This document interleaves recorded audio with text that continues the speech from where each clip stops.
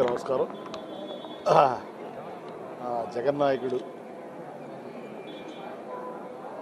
శ్రీమన్నారాయణుడు మరి ఎన్నిసార్లు వారిని దర్శించుకున్న అనుభూతి వేరు, ఆనందం వేరు. ముఖ్యంగా ఈ రోజున మళ్ళీ మొన్న వైకుంఠ ఏకాదశి తర్వాత రావడం జరిగింది, వారిని దర్శించడం జరిగింది. ముఖ్యంగా ఈ రాష్ట్రం అన్ని రంగాలుగా బాగుండాలి. మళ్ళీ జగన్ గారు ముఖ్యమంత్రి అవ్వాలని మనస్ఫూర్తిగా కోరుకుంటూ ప్రజలందరూ కూడా బాగుండాలి, సుఖ సంతోషాలతో. ముఖ్యంగా మా భీములు నియోజకవర్గ ప్రజలు అందరూ కూడా సంతోషంగా ఉండాలి. మళ్ళీ ప్రభుత్వం రావాలని మనస్ఫూర్తిగా కోరుకుంటూ సెలవు తీసుకుంటాం. ఓకే.